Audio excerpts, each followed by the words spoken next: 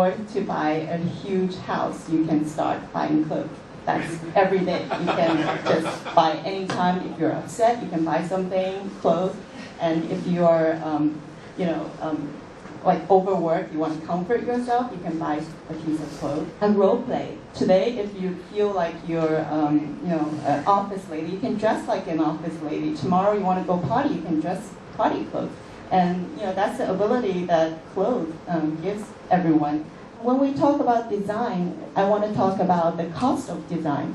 When everybody goes to the store, if you buy something, do you know actually how much it's the actual cost is? One piece of clothes supports a lot of people.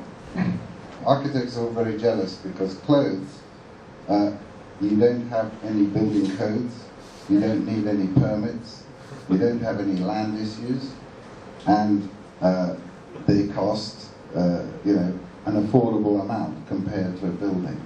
So you can design with a freedom and execute with a freedom that architects don't have. But as you have just explained, the cost analysis, the cost trail is actually very tight. You can't just, because a $1,000 dress maybe is not gonna sell. First of all, I would like to say it's a mutual jealousy between fashion designers and architects because fashion designers are always envious of architects. They can do huge, amazing projects, create environments for people to live in. And for fashion designers, it's only temporary. There's a problem of season after season. It's more of a consistency rather than one single good idea.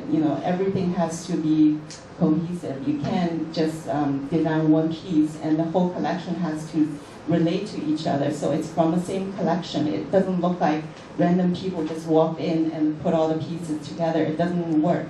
Fashion designers, there's no time to relax. Next, it's like milking a cow, just produce and produce. It comes to the end, it's a business. Designing is taking me this much of time, and the most of the time I spend is dealing with salespeople, dealing with department stores, all kinds of people, lawyers, accountants. It's really not too glamorous, and I'm sure architects spend a fair amount of time with lawyers and accountants, but these are the necessities for getting there. And yet in that 2% or 3% of your time that you are designing, you have to keep, I think the most important message I've got is the consistency of the brand and the consistency of the design. That's how we recognize each brand. It's called brand building.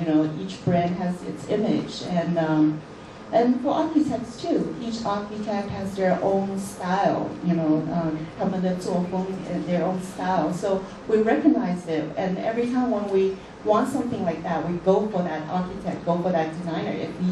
If you're looking for something minimalistic or everything to the max, you know where to go, and they build their image and design for you to think about them, and it's a very strong image for designers and architects.